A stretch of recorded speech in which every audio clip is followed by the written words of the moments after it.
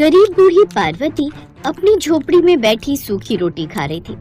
रोटी खाने के बाद वो अपने कुत्ते मोती को आवाज लगाती है। मोती, ओ मोती, आ तू भी रोटी खा ले। बूढ़ी अम्मा की आवाज सुनकर मोती भागता हुआ वहां आता है। उसके मुंह में एक छोटी सी पोटली थी जिसे वो उस बूढ़ी पार्वती को दे देता है। अरे अब ये क्या उठा लाया, बस जो मिलता है उसे ही उठा लेता है। मैं ना तेरी पिटाई कर दूंगी, जो कुछ दिखता है वही उठा कर ले आता है। ला मुझे देखने दे क्या है इसमें, तब तक तू ये ले, ये रोटी खा। कालू रोटी खाने लगता है और बूढ़ी अम्मा पोटली खोलती है तो उसमें कुछ बीज होते हैं। अरे ये तो बैंगन के बीज लगते हैं, लगता है किसी ने बोने के लिए रखे थे। खैर कोई बात नहीं, अब मैं इन्हें अपने खेत में ही बो देती हूँ। अब बूढ़ी पार्वती जाकर अपने खेत में वो बीज बो देती है। पार्वती काशीपुर गांव में अपने पालतू कुत्ते मोती के साथ रहती थी। पार्वती का एक बेटा भी था शुभम, जो अपनी पत्नी के साथ शहर में रहता था, लेकिन वो ना तो कभी अपनी माँ से मिलने आता और ना ही कोई खर्चा पानी भिजवाता। बूढ़ी पार्वती को शुरू से ही जानवरों से बड़ा प्यार था। एक रोज अपनी झोपड़ी के बाहर उदास बैठी पार्वती सोचती है, क्या फायदा ऐसी औलाद पैदा करने का जो एक बार भी अपनी माँ को पूछे तक नहीं। आज ना तो मेरे पास अनाज है और ना ही एक भी फूटी कौड़ी। मोती, तू भी भूखा होगा खाने को, आज मेरे पास कुछ नहीं है। तू और मैं आज पानी पीकर ही पेट भर लेते हैं। बूढ़ी अम्मा खुद भी पानी पीती है और उसे भी पीने को देती है। इसके बाद वो खेत में चली जाती है, जहाँ जाकर वो हैरान रह जाती है। वहाँ उस खेत में एक बड़ा सा पेड़ लगा हुआ था जिसमें ढेर सारे बैंगन लगे हुए थे। साथ ही पूरे खेत में भी बैंगन ही बैंगन लहरा रहे थे।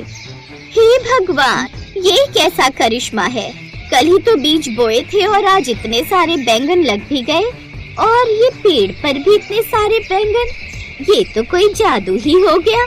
फिर बूढ़ी अम्मा उसमें से बैंगन तोड़ने लगती है। वो काफी बैंगन तोड़ लेती है। अब इससे काफी सारी बैंगन की सब्जी बन जाएगी। हाँ, वो बैंगन बूढ़ी पार्वती एक टोकरी में डालकर घर की तरफ लौट रही थी कि तभी वहाँ से एक सब्जी के ठेले वाला गुजर रहा था। अरे ओ बेटा, मेरे पास ये बैंगन है, क्या तुम इन्हें खरीदोगे? तुम इन्हें बाजार में बेच देना, बदले में मुझे कुछ पैसे दे देना। अम्मा, मैं तो खुद ही सब्जी बेचने निकला हूँ, लेकिन तेरे ये बैंगन काफी चमक मांग रहे हैं। देखने से ही पता चल रहा है बहुत अच्छे होंगे, इसीलिए ये ले, तू 120 रुपए रख और ये सारे बैंगन मुझे दे दे। अच्छा ठीक है, ला दे। अब पार्वती ने पूरे 120 रुपए में वो बैंगन बेच दिए और एक बैंगन अपने लिए रख लिया। उन बैंगनों को बेचकर जो उसे पैसे मिले, उससे वो आटा खरीद कर ले आई। फिर शाम को घर आकर, आज तो हमारे यहाँ भी मोती बैंगन की सब्जी और रोटी बनेगी। बड़े दिनों बाद, कितने समय से हमने सब्जी नहीं खाई। पार्वती अपने और मोती के लिए बैंगन का भरता और रोटी बनाती है। फिर दोनों बड़े मजे से रोटी खाते हैं। अगले दिन पार्वती फिर से खेत जाती है तो फिर से ढेर सारे बैंगन लगे देख बड़ी खुश होती है। ये तो सचमुच कोई जादुई बैंगन लगते हैं जो खत्म ही नहीं हो रहे। ऐसा लगता है कल जितने बैंगन तोड़े थे आज फिर से उतने ही हो गए। अब वो और बैंगन तोड़ कर लाती और फिर से वहाँ से गुजर रहे उस सब्जी वाले को बेच देती है। ले बेटा, आज और बैंगन खरीदेगा? यार, ये बुढ़िया तो रोज पीछे ही पड़ गई है, लेकिन कुछ भी कहो, बैंगन तो इसके काफी अच्छे थे। कल ठेले पर रखते सब बिक गए थे। अच्छा अम्मा, मैं खरीद तो लूंगा, लेकिन ज्यादा भाव नहीं दूंगा। जो मंडी में चलता है उससे आधे भाव में बेचोगी तो बताओ। अब मैं बूढ़ी कहाँ दूर दूर जाकर ये सब्जी बेचूं, इसलिए तुझे जो भी दाम देने हैं दे दे। ठीक है, तो फिर ये लो 50 रुपए। पहले तो वो चुप हो जाती है, फिर उन पैसों को अपने सर पर छुआ कर उस सब्जी वाले से कहती है, तेरा बहुत बहुत शुक्रिया बेटा। हाँ ठीक है ठीक है। वो सब्जी वाला श्यामू बड़ा ही लालची था। वो बूढ़ी अम्मा के बैंगन को तोल में भी कम बताता, साथ ही भाव भी कम देता, लेकिन वो बूढ़ी अम्मा इतने में भी खुश थी। जो भी हो, लेकिन इन बैंगनों की वजह से कम मेरे घर में दाल रोटी तो आने लगी है। दूसरी तरफ उन बैंगन को ठेले पर रखते ही उस सब्जी वाले के सारे बैंगन तो बिक ही जाते, साथ ही साथ उसकी बाकी सब्जियां भी बिक जाती हैं। लालची श्यामू की सारी सब्जियां घंटे भर में ही बिक गई और वो खुशी खुशी अपने घर लौट आया।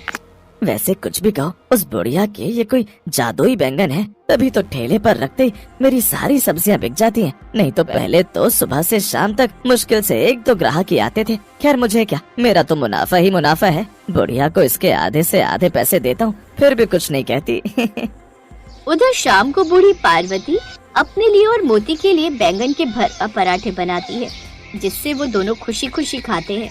उधर शाम को सब्जी वाला घर पर अपनी पत्नी से, उस बुढ़िया के बैंगन में जरूर कोई बात है, तभी तो देखते ही देखते बिक जाते हैं। रमा, अब मैं सोच रहा हूँ क्यों ना मैं खुद ही जाकर उसके खेत से सारे बैंगन चुरा लूं, फिर उससे जो भी लाभ होगा वो सीधे सीधे मुझे ही होगा। ठीक कहते हो जी, फिर उस बुढ़िया को वो पैसे भी नहीं देने होंगे। रात को श्याम पार्वती के खेत में जाता है, जहाँ काफी चमकदार ढेर सारे बैंगन लगे हुए थे।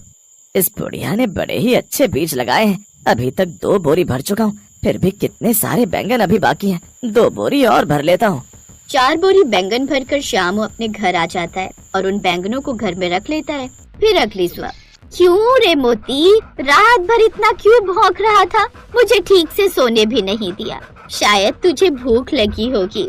रुक, मैं जल्दी से तेरे और अपने लिए रोटी बना देती हूँ। फिर मुझे खेत जाकर वो बैंगन भी तोड़ने हैं।